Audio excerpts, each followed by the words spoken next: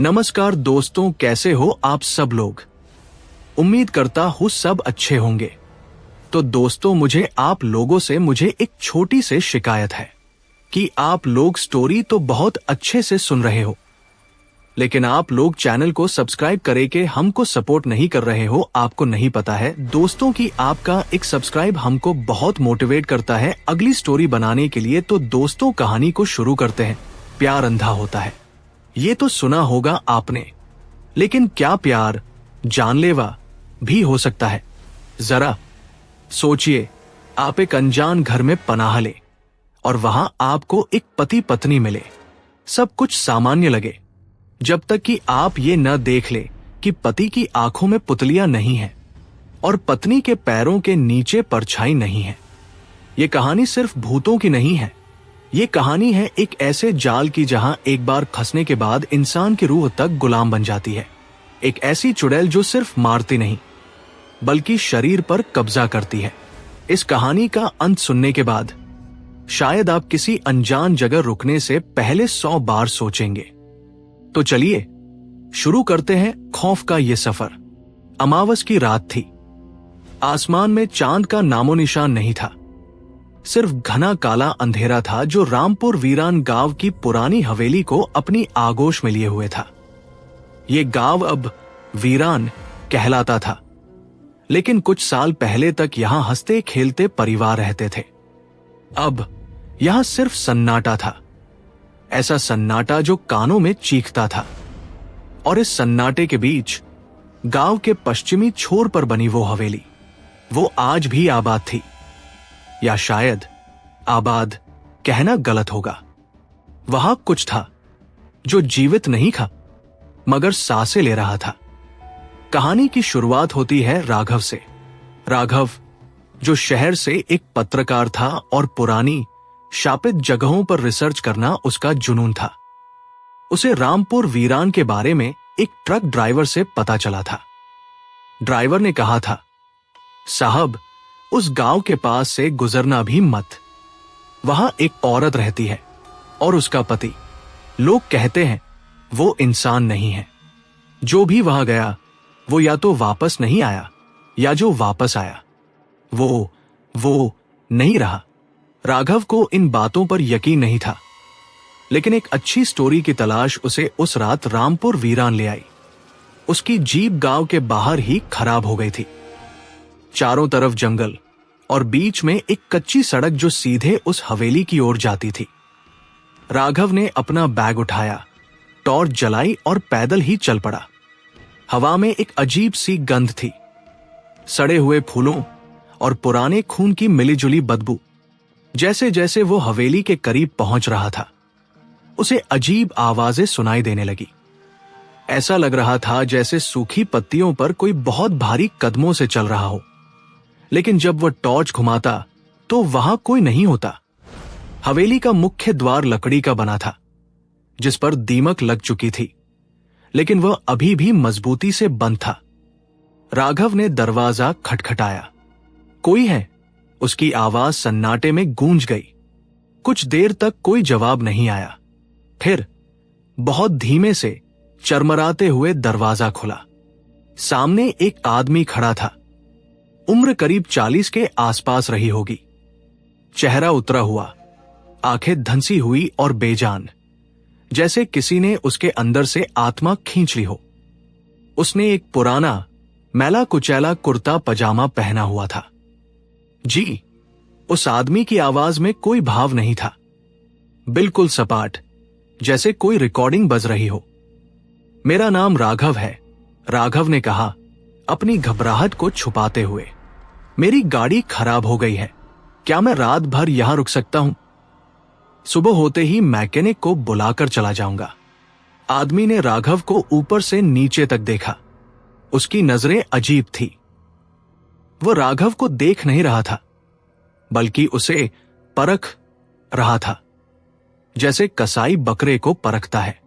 फिर उसके चेहरे पर एक बहुत ही हल्की डरावनी मुस्कान आई। जरूर, उसने कहा, मेहमान भगवान का रूप होते हैं। आइए, मेरी पत्नी खाना बना रही है। राघव अंदर दाखिल हुआ। हवेली अंदर से बाहर की तुलना में ज्यादा खंडहर लग रही थी। दीवारों से प्लास्टर झड़ रहा था और कोनों में मकड़ी के जाले थे। लेकिन जो बात सबसे अजीब थी वो थी वहां की ठंडक। बाहर गर्मी का मौसम था, लेकिन हवेली के अंदर का तापमान इतना कम था कि राघव के रोंगटे खड़े हो गए। वह आदमी उसे एक बड़े हॉल में ले गया। बीच में एक पुरानी डाइनिंग टेबल रखी थी जिस पर मोमबत्तियां जल रही थी। बिजली नहीं थी। बैठिए, आदमी ने इशारा किया। मैं सुलोचना को बताता हूं कि हमारे यहां मेहमान आए हैं। सुलोचना नाम सुनते ही राघव को एक अजीब सी सिहरन महसूस हुई। वो आदमी अंधेरे गलियारे में गायब हो गया। राघव अकेला बैठा हवेली का जायजा लेने लगा। तभी उसकी नजर दीवार पर टंगी एक तस्वीर पर पड़ी। ये एक शादी की तस्वीर थी।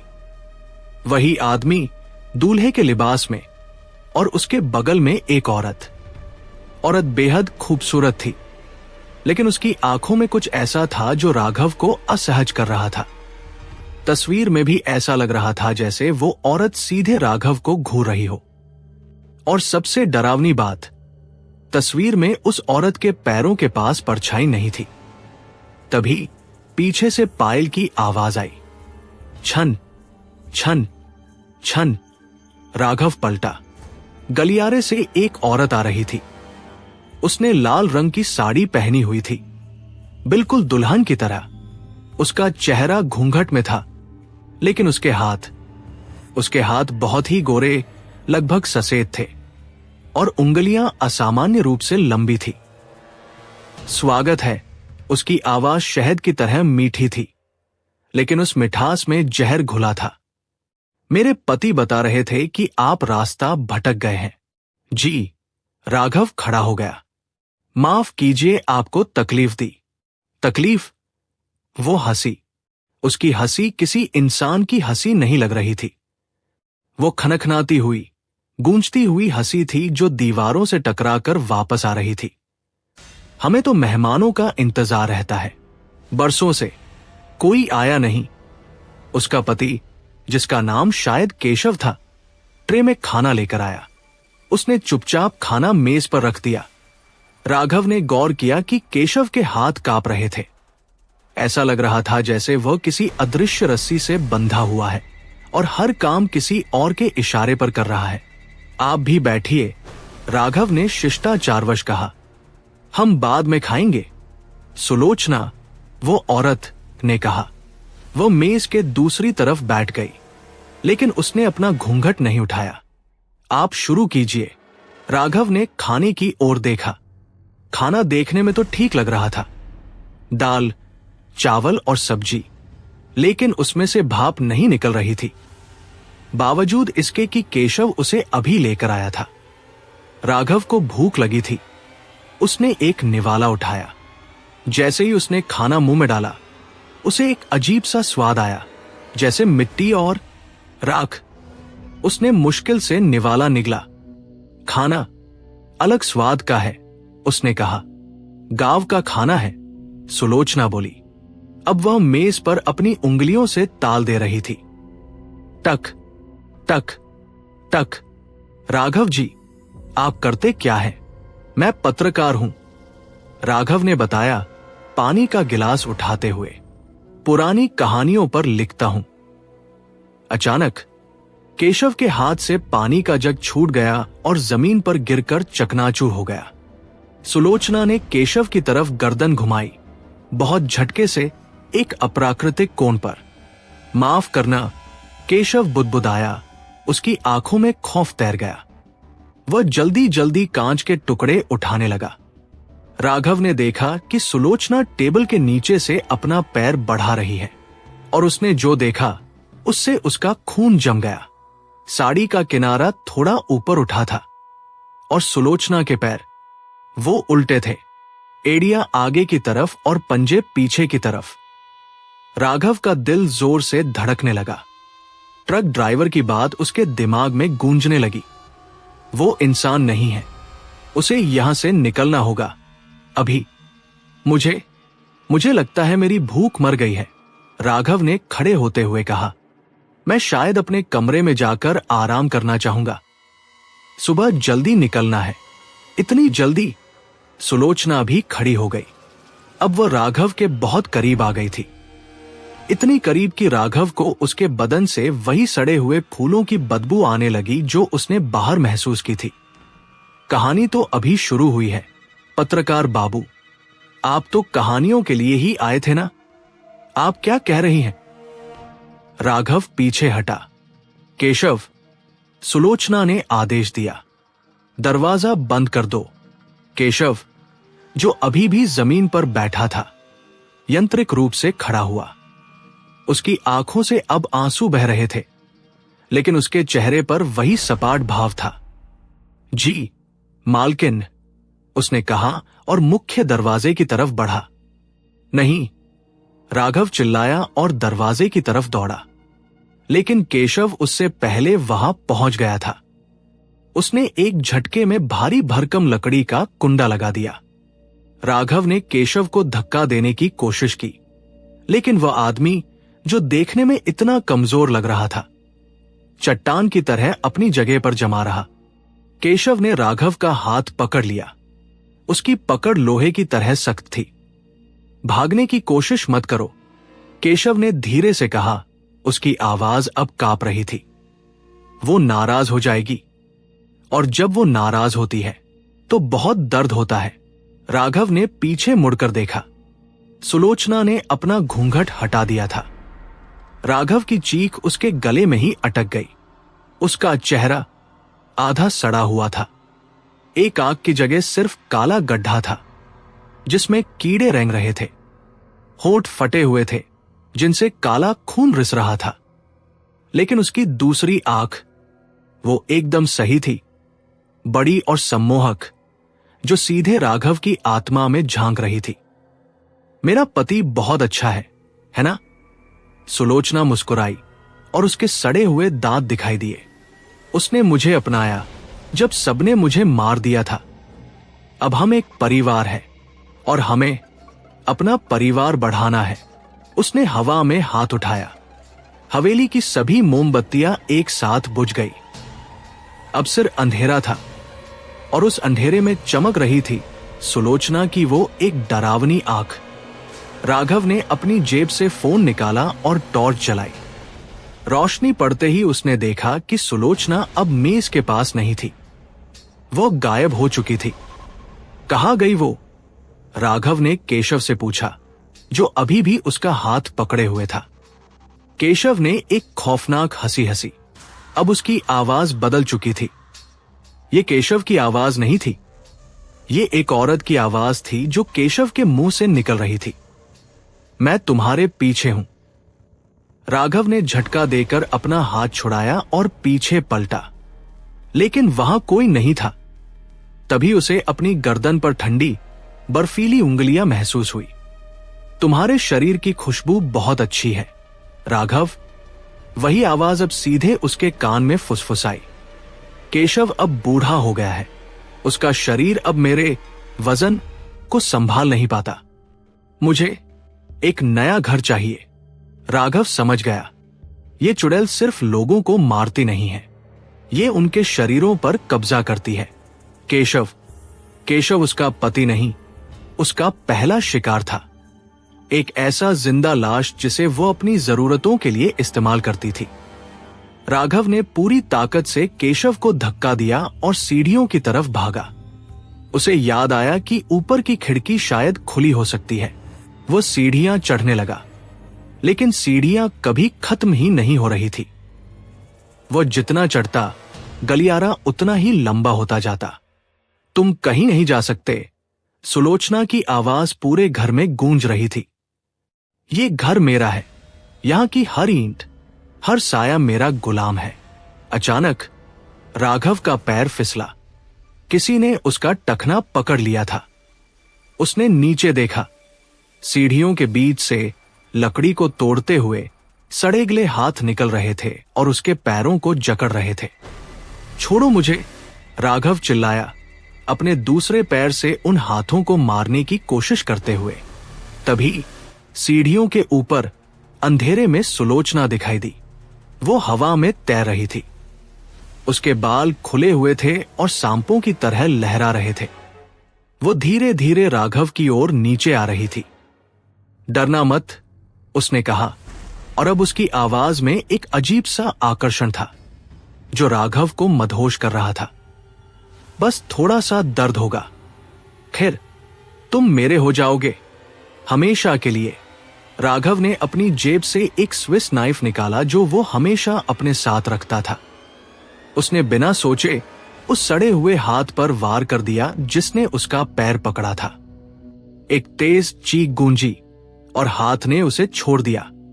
राघव खड़ा हुआ और ऊपर की बजाय पास के एक कमरे में घुस गया और अंदर से कुंडी लगा दी। वो दरवाजा के सहारे बैठकर जोर जोर से सांस लेने लगा। उसका दिल पसलियों को तोड़ने पर आमादा था। बाहर सन्नाटा छा गया। कुछ पल के लिए राघव को लगा कि शायद वह सुरक्षित है, लेकिन तभी ठक ठक ठक दरवाजे पर दस्तक हुई। राघव, केशव की आवाज आई, लेकिन यह आवाज अब बहुत ही दयनीय थी, जैसे कोई बच्चा रो रहा हो। दरवाजा खोलो राघव, प्लीज, वो मुझे मार डालेगी। अगर तुम बाहर नहीं आए तो वो मेरी खाल उधेड़ देगी। प्लीज मेरी मदद करो। राघव का हाथ कुंडी की तरफ बढ़ा।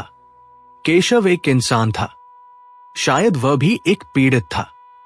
क्या उसे उसकी मदद नहीं करनी चाहिए? लेकिन जैसे ही उसका हाथ कुंडी पर पहुंचा, उसे सुलोचना की वो बात याद आ गई। केशव अब बूढ़ा हो गया है, मुझे नया घर चाहिए। राघव रुक गया। उसने दरवाजे के नीचे से देखा। बाहर कोई पैर नहीं थे, सिर्फ काला धुआं था जो दरवाजे की दरारों से अंदर आने की कोशिश कर रहा था। तुम झूठ बोल रहे हो, राघव चिल्लाया। तुम केशव नहीं हो। तभी दरवाजे के उस पार से एक बहुत ही खौफनाक और गुस्से से भरी चीख सुनाई दी।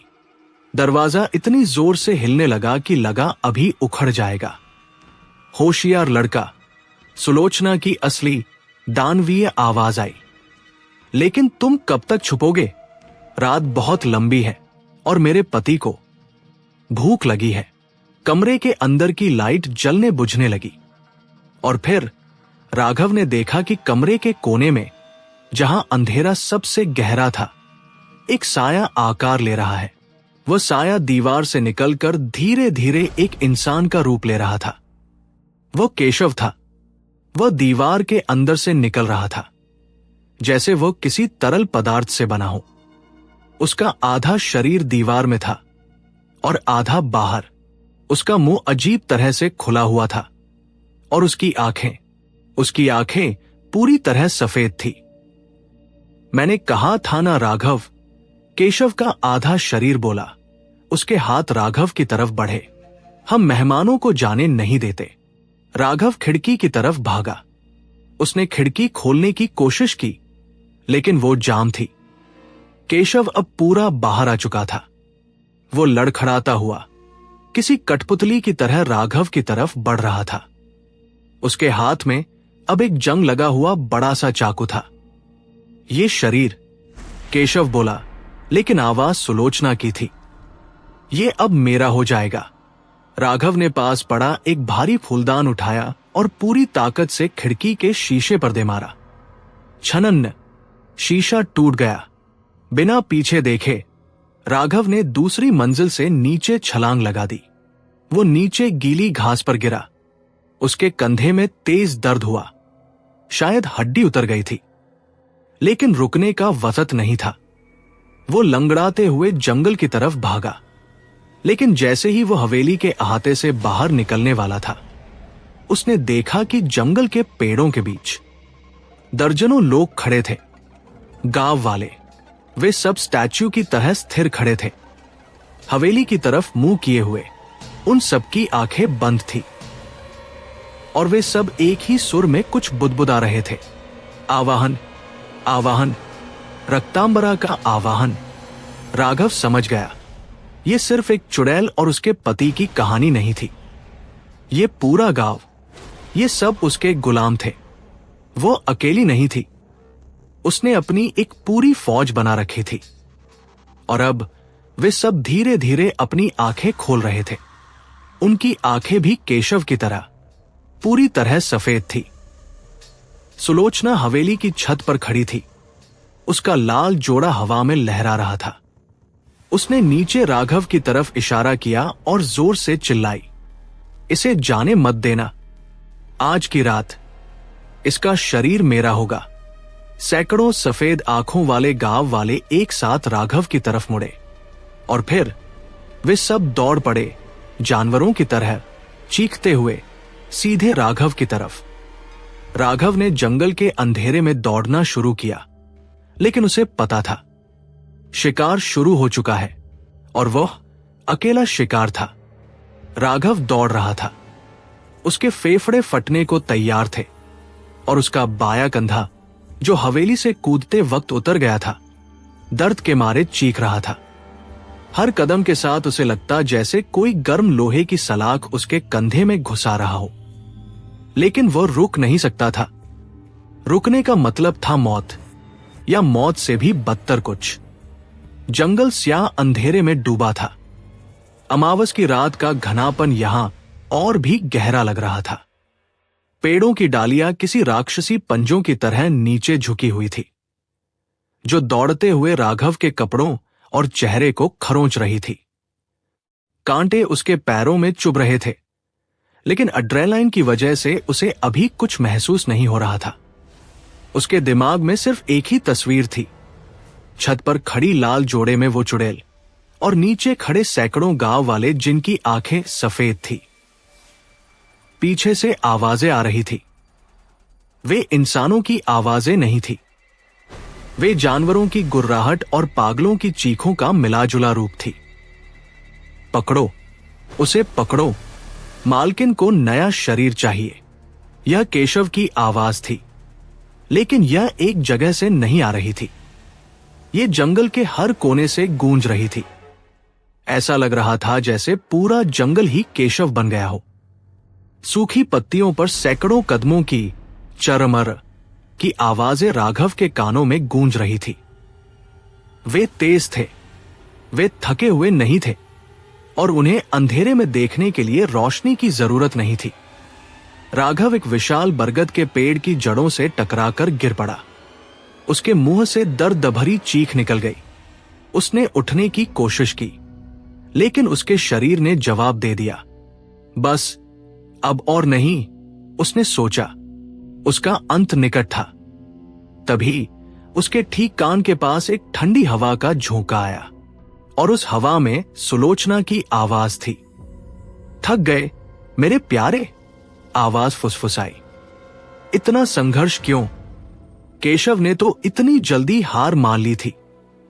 तुम भी मान लो, मेरे अंदर समा जाओ, हम हमेशा साथ रहेंगे। राघव ने झटके से सिर घुमाया। वहां कोई नहीं था। यह उसके दिमाग का खेल था। वह चुड़ैल उसके डर को हथियार बना रही थी। नहीं, राघव चिल्लाया, अपनी बची खुची ताकत बटोरते हुए, मैं तुम्हारा गुलाम नहीं बनूंगा। वह लड़खड़ाते हुए फिर खड़ा हुआ और विपरीत दिशा में भागा। उसे नहीं पता था कि वह कहां जा रहा है। उसका फोन कहीं गिर चुका था, टॉर्च बुझ चुकी थी। अब उसे सिर्फ बिजली की कभी कभार होने वाली चमक का सहारा था, जो आसमान में कौंध रही थी। भागते भागते उसे जंगल की फिजा में बदलाव महसूस हुआ। सड़े हुए मांस की बदबू अब कम हो रही थी और उसकी जगह एक पुरानी सीलन भरी गंध ले रही थी, जैसे पुरानी किताबों या बंद गुफाओं की गंध। अचानक उसके सामने का रास्ता खत्म हो गया। वो एक खड्डे के किनारे खड़ा था। नीचे घना अंधेरा था। पीछे कदमों की आवाजें बहुत करीब आ चुकी थी। वो रहा, किसी ने चिल्लाया। राघव ने पीछे मुड़कर देखा। लगभग 20-30 गांव वाले पेड़ों के बीच से निकल आए थे। उनकी सफेद आंखें अंधेरे में जुगनू की तरह चमक रही थी। वे अजीब तरीके से चल रहे थे। उनके हाथ पैर अप्राकृतिक कोनों पर मुड़े हुए थे, जैसे उनकी हड्डियां टूटी हुई हों। फिर भी वे तेजी से आगे बढ़ रहे थे। सबसे आगे केशव था। उसका आधा शरीर अभी भी अजीब सा लग रहा था और हाथ में वही जंग लगा चाकू था। राघव के पास सोचने का वक्त नहीं था। उसने अपनी आंखें बंद की और खड्डे में कूद गया। वो लुढ़कता हुआ नीचे गिरा। झाड़ियों और पत्थरों से टकराता हुआ वो खड्डे की तली में जा गिरा। उसका सिर किसी सख्त चीज से टकराया और उसकी आंखों के आगे अंधेरा छा गया। जब राघव की आंख खुली तो उसे नहीं पता था कि कितना वक्त गुजरा है। शायद कुछ मिनट या शायद घंटे। उसका सिर भारी था और शरीर का हर हिस्सा दुख रहा था। उसने अपनी आंखें खोली। वह जहां गिरा था वो कोई साधारण खड्डा नहीं था। वो एक पुरानी ढही हुई इमारत का अहाता था। पत्थर के बड़े बड़े खंभे जिन पर काई जमी थी इधर उधर बिखरे पड़े थे। सामने एक मंदिर जैसा ढांचा था जो लगभग पूरा टूट चुका था, लेकिन उसका गर्भगृह अभी भी खड़ा था। ये जगह अजीब थी। यहां जंगल का शोर नहीं था। यहां तक कि कीड़े मकोड़ों की आवाजें भी बंद थी। एक गहरा भारी सन्नाटा था। और सबसे अजीब बात, यहां वो चुड़ैल की मौजूदगी महसूस नहीं हो रही थी। जैसे कि इस जगह के चारों ओर कोई अदृश्य दीवार हो जिसने बाहर की बुराई को रोक रखा हो। राघव घिसटते हुए उस मंदिर के खंडहर की तरफ बढ़ा। वो सुरक्षित महसूस करना चाहता था।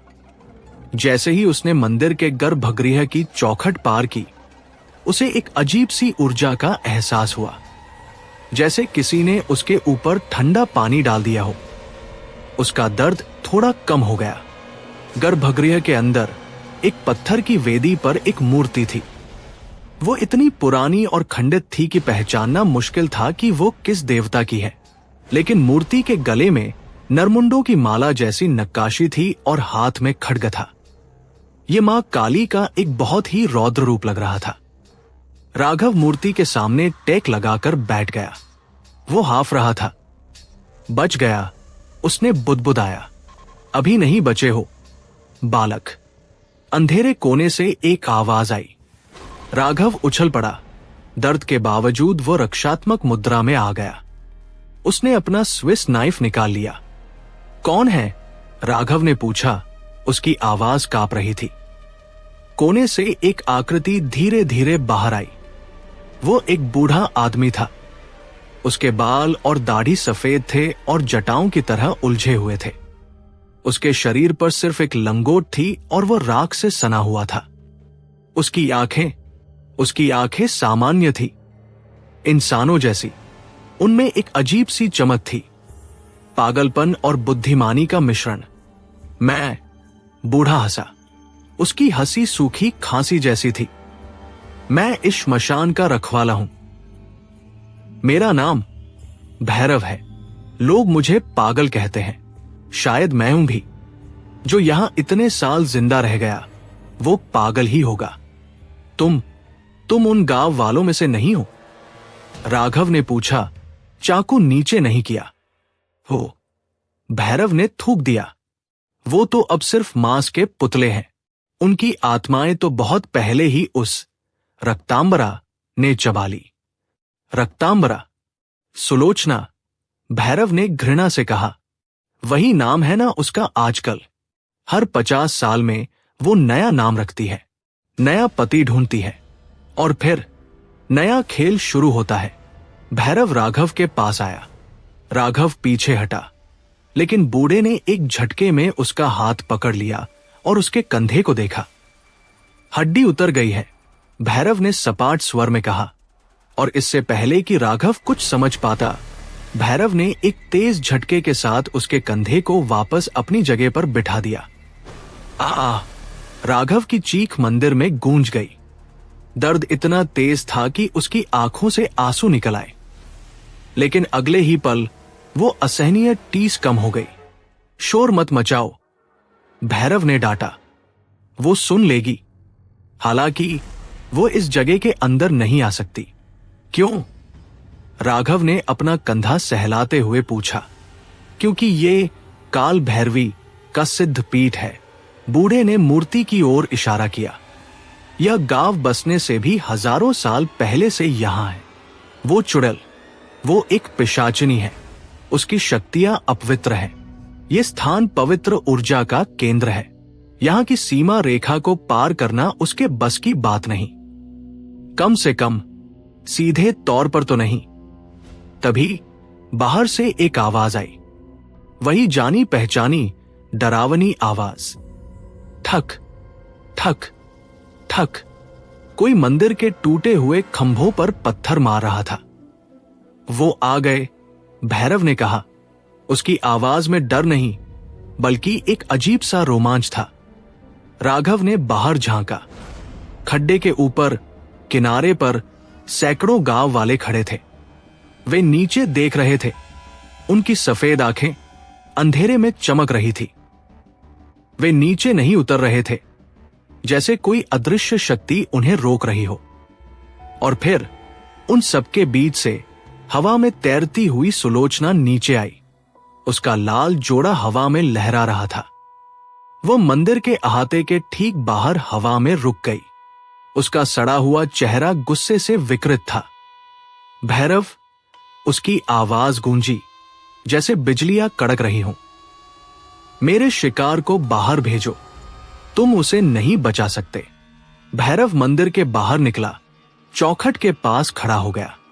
उसने अपनी कमर से एक छोटी सी थैली निकाली और उसमें से कुछ लाल पाउडर, शायद सिंदूर और राख का मिश्रण, निकालकर हवा में उड़ाया। जा भाग यहां से, पिशाचिनी, भैरव चिल्लाया। तेरा अधिकार सिर्फ उन मुर्दा लोगों पर है। इस पवित्र भूमि पर तेरा कोई जोर नहीं। सुलोचना ने एक अट्टहास किया। वो हंसी इतनी भयानक थी कि राघव को अपने कान बंद करने पड़े। पवित्र भूमि, सुलोचना ने व्यंग्य किया। भूल गए भैरव, 70 साल पहले इसी भूमि पर क्या हुआ था। यह भूमि पवित्र नहीं, श्रापित है। और ये श्राप मैंने ही दिया था। उसने अपना हाथ ऊपर उठाया। जंगल के पेड़ जोर जोर से हिलने लगे। सूखी पत्तियां बवंडर की तरह घूमने लगी। अगर मैं अंदर नहीं आ सकती, सुलोचना की एक आंख से लाल रोशनी निकली, तो मैं इस जगह को ही तुम्हारे ऊपर गिरा दूंगी। अचानक मंदिर के आसपास की जमीन डोलने लगी, जैसे भूकंप आ गया हो। पुराने जर्जर खंभे हिलने लगे। पत्थर के टुकड़े छत से गिरने लगे। अंदर जाओ, भैरव राघव पर चिल्लाया। गर्भगृह के बीच में बैठो, जल्दी। राघव अंदर भागा और मूर्ति के पास दुबक कर बैठ गया। बाहर का नजारा भयानक था। गांव वाले पागलों की तरह मंदिर की अदृश्य सीमा पर अपने शरीर पटक रहे थे, जैसे वे खुद को तोड़कर अंदर घुसना चाहते हों। सुलोचना हवा में ऊपर उठती जा रही थी और उसके चारों ओर काला धुआं इकट्ठा हो रहा था। एक बहुत बड़ा पत्थर छत से टूटा और ठीक राघव के बगल में गिरा। धूल का गुबार उठ गया। भैरव अब गर्भगृह के दरवाजे पर खड़ा था। वह जोर जोर से कोई मंत्र पढ़ रहा था। उसकी आवाज सुलोचना की चीखों और गिरते पत्थरों के शोर को चीर रही थी। हूं हरी, रक्तांबरा नाशाय, फट स्वाहा। जैसे ही भैरव ने मंत्र पूरा किया, मंदिर के चारों ओर एक नीले रंग की बिजली सी कौंधी। जो गांव वाले सीमा से टकरा रहे थे, वे झटके से दूर जा गिरे। सुलोचना भी हवा में पीछे की तरफ धकेल दी गई। कुछ पलों के लिए सब शांत हो गया। भूकंप रुक गया। सुलोचना अब कुछ दूरी पर हवा में थी। वह पहले से ज्यादा भयानक लग रही थी। उसकी एक आंख से अब खून के आंसू बह रहे थे।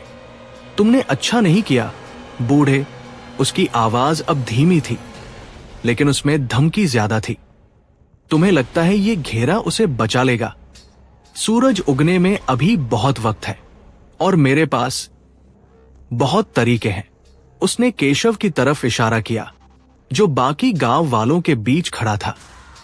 केशव आगे बढ़ा। उसने अपने हाथ का चाकू नीचे फेंक दिया। राघव ने देखा कि केशव के शरीर में बदलाव आ रहा है। उसकी त्वचा फट रही थी। उसके अंदर से कुछ निकल रहा था। ये क्या कर रही है?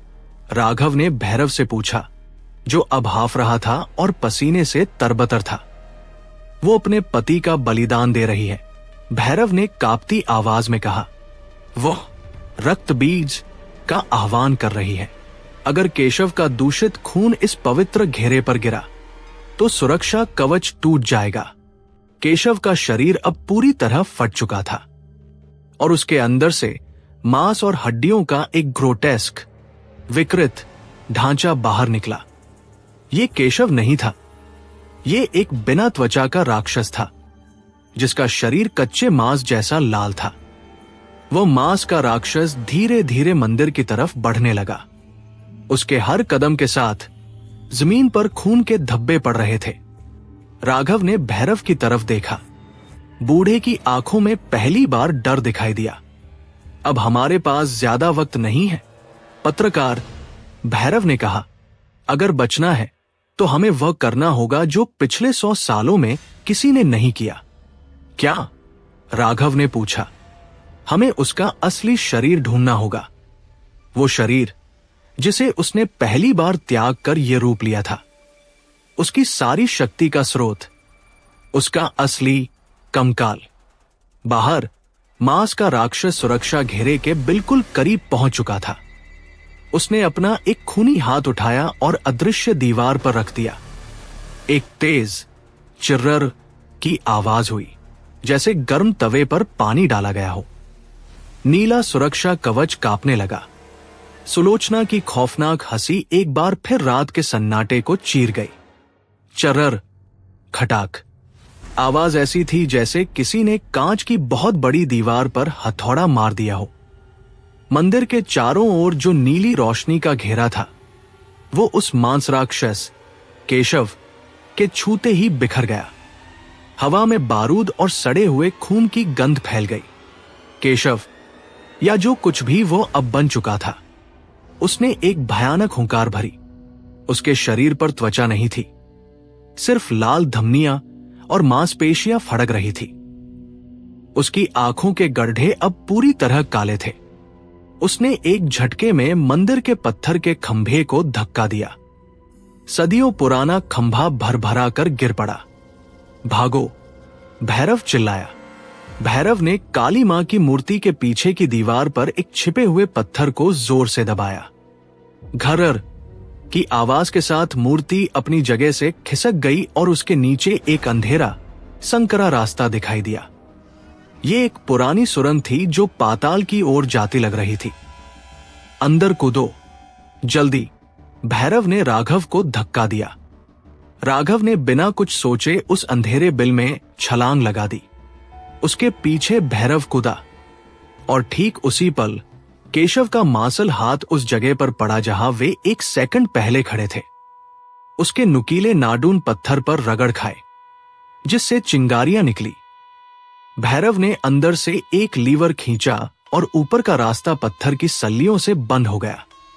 ऊपर से केशव के दहाड़ने और पत्थर को पीटने की आवाजें आ रही थी, लेकिन वे अब सुरक्षित थे, फिलहाल के लिए। राघव ने अपनी जेब से फोन निकाला और टॉर्च जलाई। सुरंग बहुत संकरी थी, इतनी कि 2 लोग साथ में नहीं चल सकते थे। हवा में सीलन और पुरानी बंद हवा की भारी गंध थी। दीवारों पर अजीब तरह की काई जमी थी जो टॉर्च की रोशनी में हल्की हल्की चमक रही थी। ये कहाँ जाती है? राघव ने हांफते हुए पूछा। उसका दिल अभी भी हथौड़े की तरह बज रहा था। पुराने कुएं की तरफ भैरव आगे चल रहा था। उसके हाथ में अब एक जलती हुई मशाल थी, जो पता नहीं उसने कहां से निकाली थी।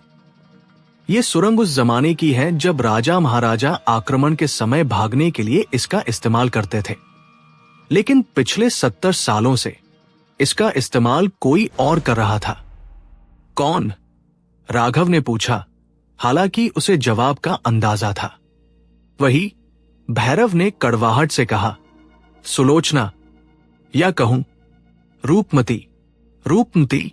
राघव चौंका। ये उसका असली नाम है? भैरव रुका। मशाल की लपटों में उसका चेहरा और भी रहस्यमय लग रहा था। हां, चलते रहो, कहानी लंबी है और रास्ता खतरनाक। वे दोनों धीरे धीरे आगे बढ़ने लगे। सुरंग में जघस गए हड्डियों के ढेर लगे थे, कुछ जानवरों की और कुछ इंसानों की। राघव का पैर एक छोटी खोपड़ी से टकराया। वो बच्चे की खोपड़ी लग रही थी। उसका कलेजा मुंह को आ गया। सुनो पत्रकार, भैरव की आवाज गूंजी। आज से 80 साल पहले ये गांव बहुत खुशहाल था। रूपमती इसी गांव के जमींदार की पत्नी थी। बेहद खूबसूरत, लेकिन बांझ।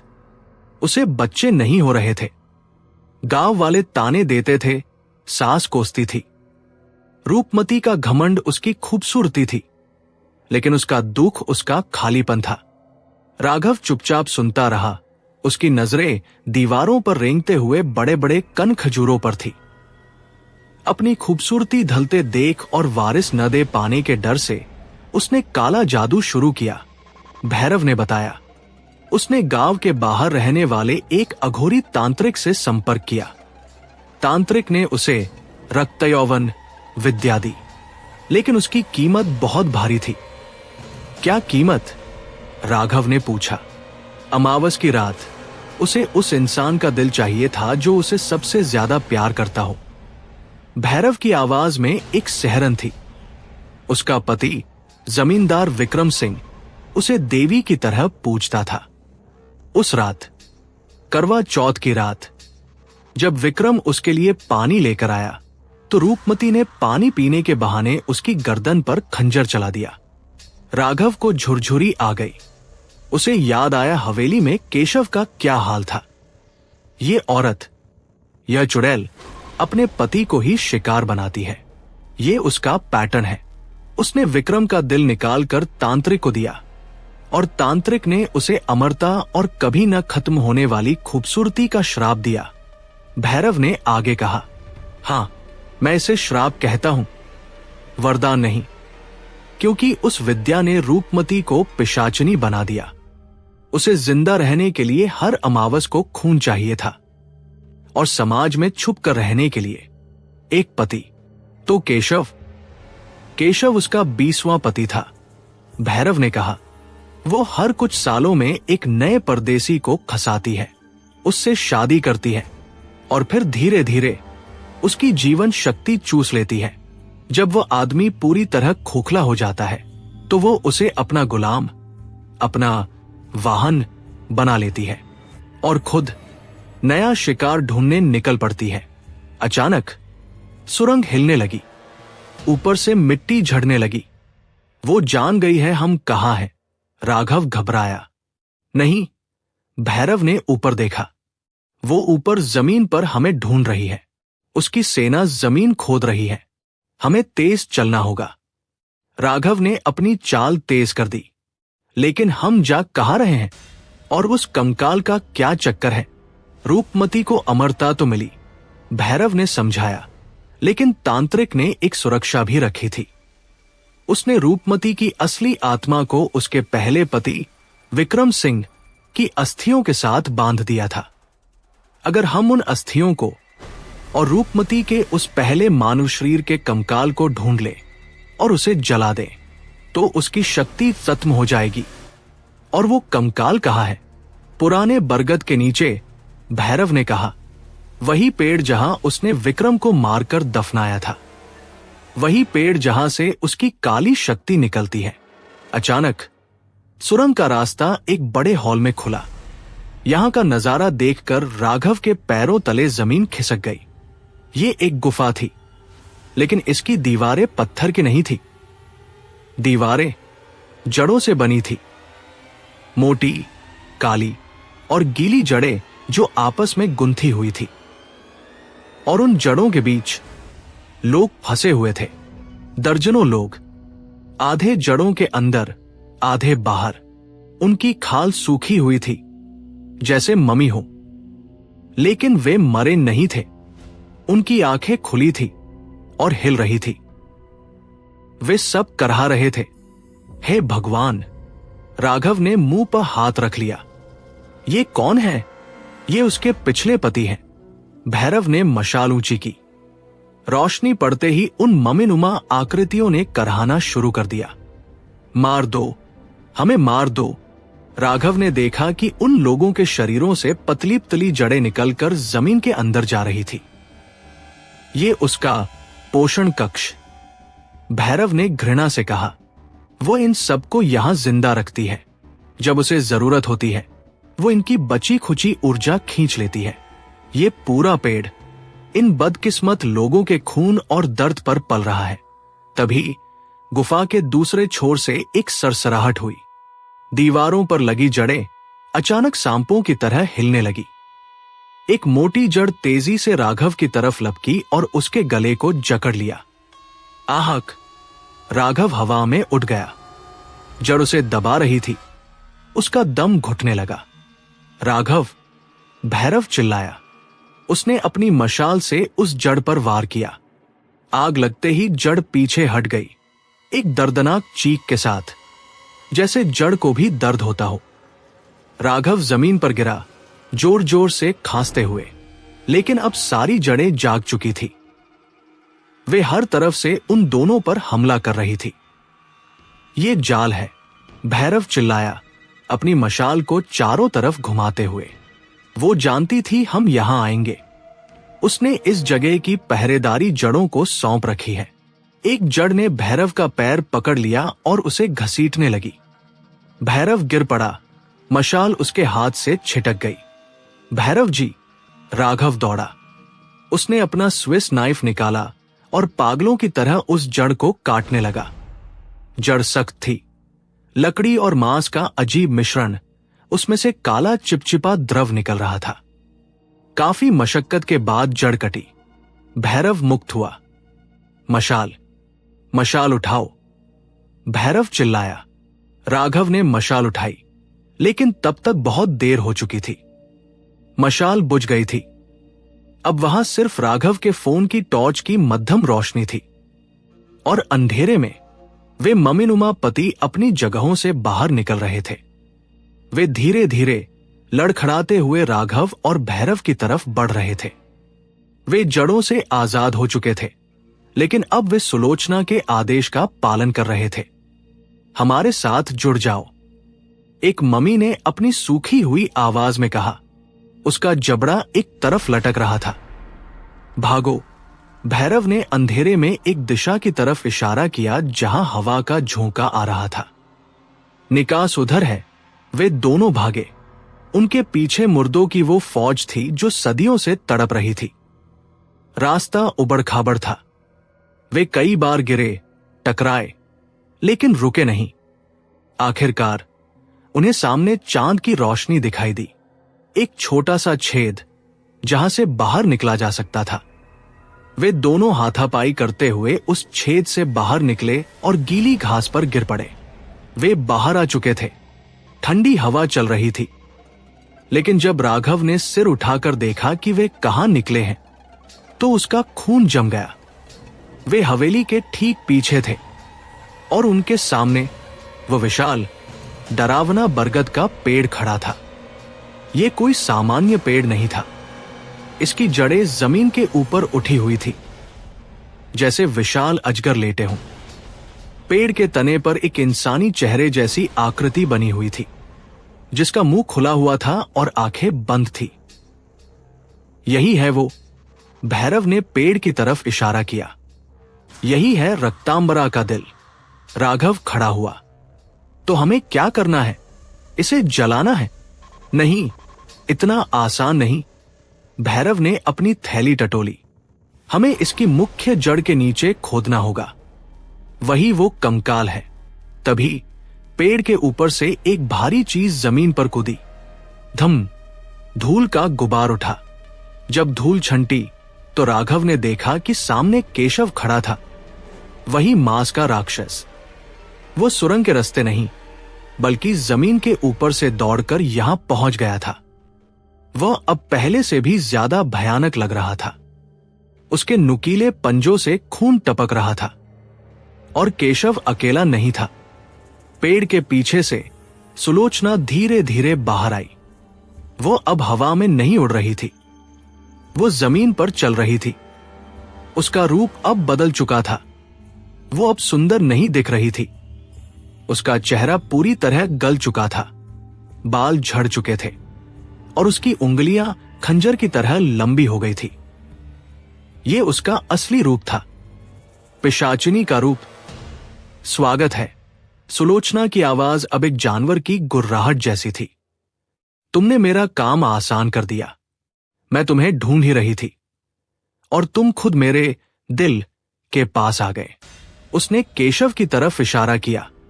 केशव, अपने नए दोस्त का स्वागत करो। उसकी खाल मुझे चाहिए। मांस राक्षस केशव ने एक चीख मारी और बिजली की रफ्तार से राघव की तरफ झपटा। राघव के पास भागने की जगह नहीं थी। पीछे विशाल पेड़ था और सामने मौत। भैरव ने अपनी थैली से कुछ निकाला और केशव की तरफ फेंका, लेकिन केशव ने हवा में ही उसे अपने पंजों से मार गिराया। राघव ने अपनी आंखें बंद कर ली। केशव के पंजे उसकी गर्दन से 10 इंच भर दूर थे। तभी एक चमत्कार हुआ। जंगल से एक जोरदार आवाज आई, जैसे कोई शंख बजा रहा हो। लेकिन यह शंख नहीं था, यह किसी जानवर की दहाड़ थी। केशव रुक गया। सुलोचना भी चौकन्नी हो गई। झाड़ियों से एक विशाल काला कुत्ता कूदा। यह कोई साधारण कुत्ता नहीं था। इसका आकार शेर जितना बड़ा था। उसकी आंखें अंगारों की तरह जल रही थी। उसने सीधे केशव पर छलांग लगाई और अपने जबड़ों से केशव की गर्दन पकड़ ली। काल भैरव, बूढ़ा भैरव खुशी से चिल्लाया। मेरा संरक्षक आ गया। राघव हक्का बक्का रह गया। वो कुत्ता केशव को, उस मांस के राक्षस को, एक खिलौने की तरह नोच रहा था। यही मौका है राघव, भैरव चिल्लाया। पेड़ की जड़ों के बीच जाओ। वहां एक दबी हुई गुफा है। कंकाल वही है। जाओ। और आप? राघव ने पूछा। मैं इसे संभालता हूं। भैरव ने सुलोचना की तरफ देखा, जो अब गुस्से से पागल होकर उनकी तरफ बढ़ रही थी। भैरव ने अपने दोनों हाथों में राख ली और मंत्र पढ़ना शुरू किया। जाओ राघव, अगर आज रात ये पेड़ नहीं जला तो कल का सूरज कोई नहीं देख पाएगा। राघव ने एक अंतिम बार भैरव को देखा, जो अब उस महाशक्तिशाली चुड़ैल के सामने सीना ताने खड़ा था। राघव मुड़ा और बरगद के पेड़ की घनी काली जड़ों के बीच घुस गया। वहां जड़ों के जंजाल के बीच उसे एक छोटा सा गड्ढा दिखाई दिया। उसने अपने हाथों से मिट्टी खोदना शुरू किया। मिट्टी गीली और गर्म थी, जैसे वो किसी जीव के शरीर को खोद रहा हो। बाहर लड़ाई की भयानक आवाजें आ रही थी। कुत्ते की दहाड़, केशव की चीखें और सुलोचना के मंत्र। अचानक राघव का हाथ किसी सख्त चीज से टकराया। उसने और तेजी से खोदा। वहां मिट्टी के नीचे एक पुराना लोहे का संदूक था। उस पर तांत्रिक चिन्ह बने हुए थे और उस संदूक के ऊपर एक ताजा कटा हुआ इंसान का हाथ रखा था। राघव की सांस अटक गई। वह हाथ केशव का असली हाथ था, जिसे शायद सुलोचना ने बलि के समय काटा था। राघव ने संदूक खोलने के लिए हाथ बढ़ाया, तभी उसे अपने पीछे किसी की गर्म सांस महसूस हुई। इतनी जल्दी क्या है, बाबू? राघव धीरे से पलटा। पेड़ के तने पर बना वो चेहरा अब खुल चुका था। पेड़ की छाल के अंदर से एक और सुलोचना, या शायद उसकी परछाई, बाहर निकल रही थी। और इस बार वो राघव को पकड़ने के लिए नहीं, बल्कि उसे अपने अंदर खींचने के लिए आ रही थी। पेड़ उसे निगलना चाहता था। राघव ने संदूक का हैंडल पकड़ा और खींचने की कोशिश की, लेकिन संदूक हिल नहीं रहा था और पीछे से पेड़ की टहनियां राघव के पैरों को जकड़ रही थी। राघव की टांगे जड़ों में बुरी तरह फंसी हुई थी। बरगद का पेड़ सिर्फ लकड़ी का ढांचा नहीं था, वह एक भूखा जानवर था। उसकी रसीली, चिपचिपी जड़ें किसी विशाल सांप की तरह राघव के शरीर पर कसती जा रही थी। पेड़ के तने से निकली वह परछाई सुलोचना अब राघव के चेहरे के बिल्कुल करीब थी। उसका चेहरा धुएं जैसा था, लेकिन उसकी आंखों की जगह 2 जलते हुए अंगारे थे। मेरे दिल को हाथ मत लगाना, वो परछाई फुसफुसाई।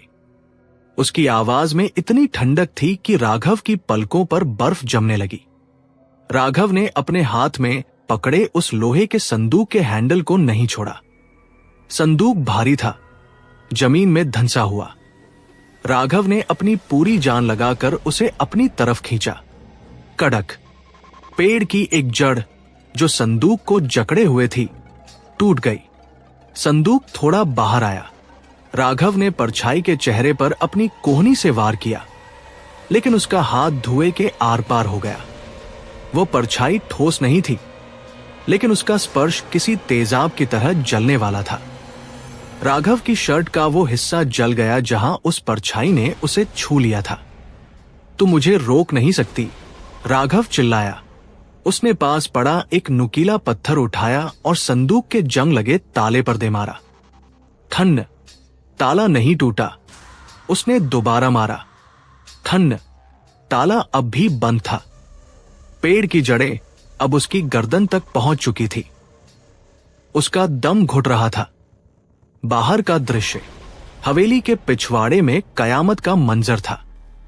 वो विशाल काला कुत्ता जिसे भैरव ने काल कहा था, केशव मांस राक्षस के साथ गुठा हुआ था।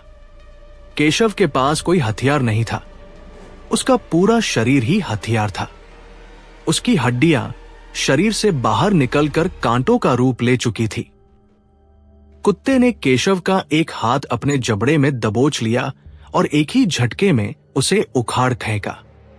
काले गाढ़े खून का फव्वारा फूटा। केशव चीखा, लेकिन दर्द से नहीं बल्कि क्रोध से, और देखते ही देखते उसके कंधे से मांस के लोथड़े उभरने लगे और चंद सेकंड में एक नया हाथ हो गया। ये नहीं मरेगा, भैरव चिल्लाया, जो सुलोचना के काले जादू का सामना कर रहा था। ये रक्त बीज, जब तक इसका असली स्रोत नहीं मिटता, ये बार बार पैदा होगा। सुलोचना हवा में 3 फीट ऊपर थी। उसके बाल बवंडर की तरह घूम रहे थे। वह अपने दोनों हाथों से काली ऊर्जा के गोले भैरव पर फेंक रही थी। भैरव अपने त्रिशूल से उन गोलों को काट रहे थे, लेकिन वह थक रहे थे। उनकी उम्र और शरीर अब जवाब दे रहा था। तेरा अंत निश्चित है, तांत्रिक। सुलोचना हंसी। उसकी हंसी में कांच टूटने जैसी खनक थी। तेरा वो पत्रकार दोस्त, वो अब तक पेड़ का खाना बन चुका होगा। उसने हवा में हाथ घुमाया और जमीन से दर्जनों कंकाल निकल आए। ये उन गांव वालों के कंकाल नहीं थे, ये सदियों पुराने योद्धाओं के अवशेष थे जो शायद कभी इस जमीन में दफन थे। मार डालो इन्हें, सुलोचना ने आदेश दिया। कंकालों की फौज भैरव और कुत्ते की तरफ दौड़ी। कुत्ता केशव को छोड़कर भैरव को बचाने के लिए पलटा। उसने एक साथ 3 कंकालों को चकनाचूर कर दिया, लेकिन उनकी तादाद बहुत ज्यादा थी। वे चींटियों की तरह कुत्ते के ऊपर चढ़ गए, उसे काटने और नोचने लगे। काल, भैरव चिल्लाया। एक कंकाल ने पीछे से आकर भैरव की पीठ पर तलवार मार दी। भैरव घुटनों के बल गिर पड़े। खून की धार उनकी कमर से बहने लगी। सुलोचना विजय भाव से नीचे उतरी। वो भैरव के पास आई और उनका चेहरा अपने हाथ से ऊपर उठाया। मैंने कहा था ना, उसने धीरे से कहा। कोई नहीं बचता। पेड़ के नीचे राघव की आंखों के आगे अंधेरा छा रहा था। जड़ ने उसका गला पूरी तरह घोंट दिया था। वो सांस नहीं ले पा रहा था। उसका हाथ पत्थर पर ढीला पड़ गया। सो जाओ, परछाई ने कहा, हमेशा के लिए सो जाओ। तभी राघव की नजर संदूक के ताले पर पड़ी। ताला नहीं टूटा था, लेकिन जिस कुंडे में ताला लगा था वो जंग की वजह से कमजोर हो गया था। राघव के अंदर जीने की एक आखिरी लहर दौड़ी। उसने पत्थर को ताले पर नहीं बल्कि उस कुंडे और लकड़ी के जोड़ पर पूरी ताकत से दे मारा। कड़ाक, लकड़ी सड़ चुकी थी। कुंडा लकड़ी समेत उखड़ गया। ढक्कन ढीला पड़ गया। राघव ने एक झटके से ढक्कन खोला। उसी पल एक तेज, कान फोड़ देने वाली चीख गूंजी। यह चीख राघव के पास वाली परछाई की नहीं थी, ये चीख बाहर से आई थी, सुलोचना की असली आवाज। पेड़ के नीचे की गुफा में एक अजीब सी लाल रोशनी फैल गई। राघव ने संदूक के अंदर देखा। अंदर सोने चांदी के जेवर नहीं थे, वहां एक इंसान का कंकाल रखा था, एक पुरुष का कंकाल। उसकी हड्डियों पर तांत्रिक मंत्र लिखे हुए थे और उस कंकाल की पसलियों के बीच एक दिल रखा था, एक जिंदा धड़कता हुआ इंसानी दिल। वो दिल किसी काले तरल पदार्थ में डूबा हुआ था, लेकिन वो धड़क रहा था, धक धक धक धक। जैसे ही संदूक खुला, राघव के गले से लिपटी जड़ें ढीली पड़ गई। परछाई सुलोचना चीखते हुए धुएं में विलीन हो गई। राघव ने गहरी सांस ली और खांसा। बाहर सुलोचना ने अपनी छाती पकड़ ली। वो दर्द से करा उठी और जमीन पर गिर पड़ी। उसके मुंह से काला खून निकल आया। उसने ढूंढ लिया। वो बुदबुदाई। उसकी आंखों में पहली बार असली डर दिखाई दिया। केशव और कंकालों की फौज एक पल के लिए रुक गई। उनका कनेक्शन अपनी मालकिन से कमजोर पड़ रहा था। राघव, भैरव ने अपनी आखिरी ताकत बटोरकर चिल्लाया, जला दे उसे, दिल को आग लगा दे। सुलोचना ने भैरव की तरफ देखा। उसकी आंखों में नफरत की आग थी। नहीं, वो एक काली आंधी की तरह उठी और पेड़ की तरफ दौड़ी। वो इतनी तेज थी कि पलक झपकते ही वो पेड़ की जड़ों के पास पहुंच गई। पेड़ के नीचे राघव ने अपनी जेब टटोली। माचिस, लाइटर, कुछ तो होगा, लेकिन उसकी जेब खाली थी। भागते वक्त उसका फोन भी गिर चुका था। अब वहां सिर्फ अंधेरा था और उस दिल से निकलती लाल मनहूस रोशनी। धत तेरे की, राघव झुंझलाया। तभी गुफा के मुहाने पर अंधेरा छा गया। सुलोचना वहां खड़ी थी। अब वह किसी इंसान जैसी नहीं लग रही थी। उसका चेहरा पूरी तरह पिघल चुका था, दांत बाहर निकले हुए थे और जीभ सांप की तरह लपलपा रही थी। हट जा वहां से, वो गुर्राई। उसकी आवाज से गुफा हिलने लगी। राघव के पास सोचने का वक्त नहीं था। उसने संदूक के अंदर देखा। वहां कंकाल के पास कुछ और भी रखा था, एक पुरानी जंग लगी हुई तलवार और चकमक पत्थर, फ्लिंटस्टोन्स। पुराने जमाने में शायद इसे पूजा के लिए रखा गया होगा। सुलोचना ने छलांग लगाई। राघव ने चकमक पत्थर उठाए। उसने संदूक के अंदर पड़े उस सूखे कपड़े जिसमें कंकाल लिपटा था को लक्ष्य बनाया और पत्थरों को आपस में रगड़ा। एक चिंगारी निकली, लेकिन कपड़े ने आग नहीं पकड़ी। सुलोचना अब राघव के ऊपर थी। उसने राघव का गला पकड़ लिया और उसे हवा में उठा दिया। उसके नाखून राघव की गर्दन में गड़ गए। तूने बहुत बड़ी गलती कर दी, कीड़े। सुलोचना ने अपना मुंह खोला। राघव देख सकता था कि उसके गले के अंदर भी दांत थे। वो उसे खाने वाली थी। राघव का हाथ अभी भी संदूक के पास था। उसके हाथ में चकमक पत्थर थे। उसने सुलोचना की आंखों में देखा और थूक दिया। उसने पत्थरों को फिर से रगड़ा, इस बार कपड़े पर नहीं, बल्कि उस काले तरल पदार्थ पर जिसमें दिल डूबा हुआ था। उसे लगा था वो खून है, लेकिन वो शायद तेल या कोई रसायन था। चिंगारी गिरी, भभक। वो काला तरल पदार्थ पेट्रोल की तरह जल उठा। नहीं, सुलोचना की पकड़ ढीली पड़ गई। आग ने तुरंत उस दिल को अपनी चपेट में ले लिया। जैसे ही आग की लपटें दिल को छुई, सुलोचना का शरीर भी जलने लगा।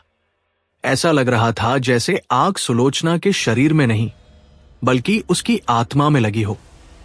वो पीछे हटी, अपने शरीर को नोचते हुए। उसकी त्वचा कागज की तरह जलकर गिरने लगी।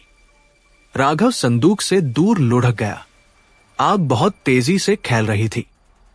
बरगद की सूखी जड़ों ने आग पकड़ ली। पूरा पेड़ अब अंदर से जल रहा था। केशव, बचाओ मुझे, सुलोचना चिल्लाई। बाहर से एक भारी आवाज आई और मांस राक्षस केशव गुफा के अंदर कूद पड़ा। वह आग की परवाह किए बिना राघव की तरफ दौड़ा। वो राघव को मारकर अपनी मालकिन को बचाना चाहता था। राघव के पास अब कोई रास्ता नहीं था। एक तरफ जलती हुई चुड़ैल, दूसरी तरफ खूंखार राक्षस और चारों तरफ आग। तभी ऊपर से एक जलता हुआ लठ लॉग गिरा। ये पेड़ का हिस्सा था। वो सीधा केशव के ऊपर गिरा। केशव दब गया, लेकिन वह अभी भी हाथ पैर मार रहा था। राघव ने देखा कि आग की वजह से ऊपर का रास्ता बंद हो रहा है। अगर वह अभी नहीं निकला तो वो इसी कब्र में जिंदा जल जाएगा। वो लपटों के बीच से रेंगता हुआ निकास की तरफ बढ़ा। सुलोचना अब पूरी तरह आग का गोला बन चुकी थी। वो तड़प रही थी, चीख रही थी, लेकिन मर नहीं रही थी। मैं वापस आऊंगी, मैं रक्तांबरा हूं, आप मुझे नहीं मार सकती, वह चीख रही थी। राघव ने बाहर की तरफ छलांग लगाई। जैसे ही उसका शरीर खुली हवा में आया, पीछे एक जोरदार धमाका हुआ। बरगद का विशाल पेड़, जो सदियों से वहां खड़ा था, अब अंदर से फट गया था। राघव घास पर गिरकर लुढ़कता हुआ दूर चला गया। उसने सिर उठाकर देखा, पूरा पेड़ मशाल की तरह जल रहा था और उस आग के बीच से अनगिनत काली परछाइयां निकलकर आसमान में जा रही थी। ये उन पतियों की आत्माएं थी जो अब आजाद हो रही थी।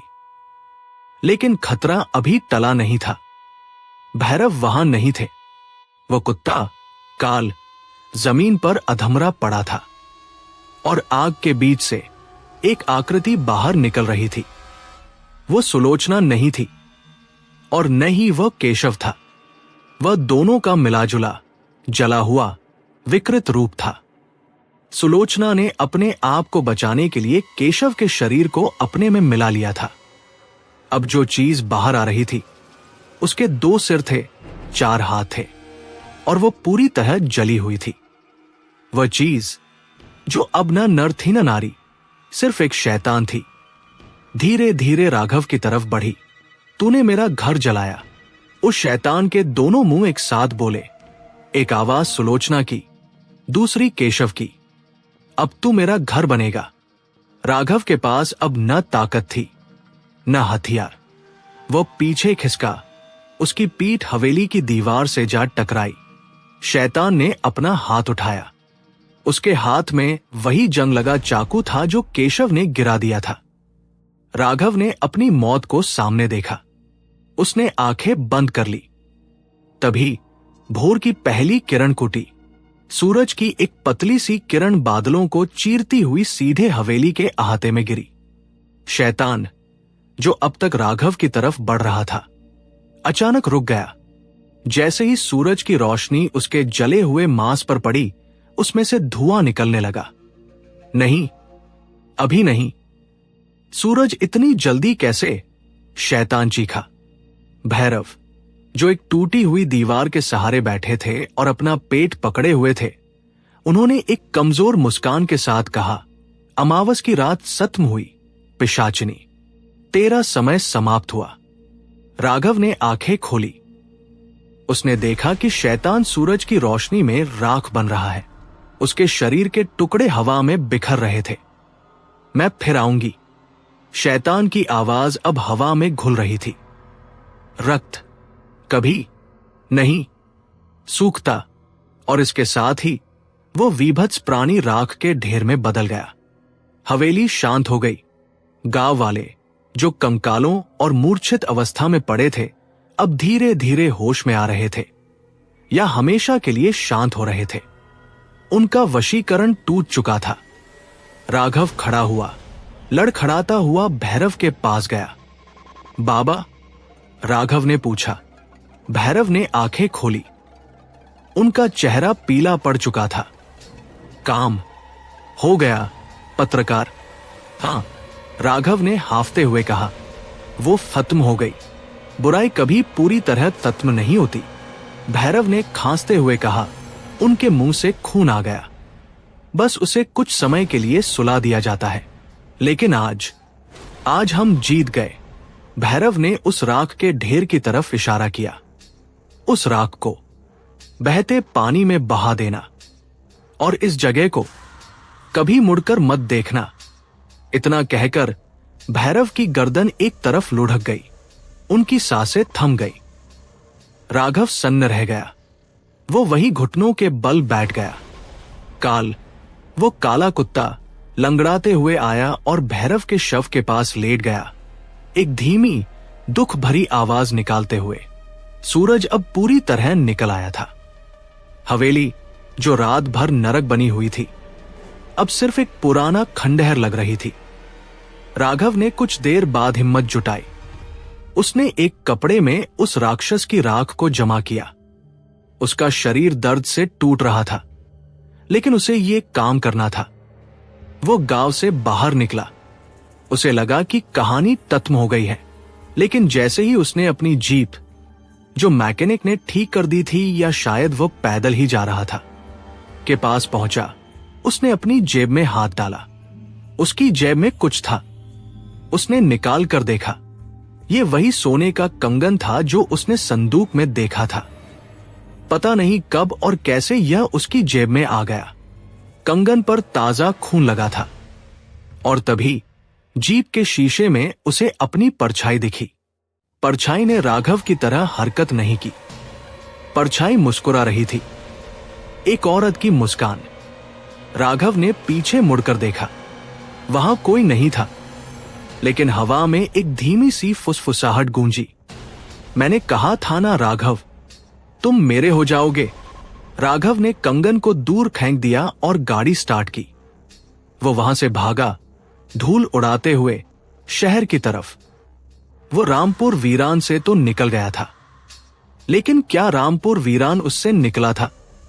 दोस्तों, हॉरर कहानियों का अंत कभी सुखद नहीं होता, बस एक खामोशी होती है। अगली चीख तक। आशा है आपको ये कहानी पसंद आई होगी। अगर आपको ये कहानी पसंद आई हो तो दोस्तों चैनल को सब्सक्राइब करके हमको सपोर्ट कीजिए, ताकि अगली वीडियो आपसे मिस ना हो। मिलते हैं अगली वीडियो में।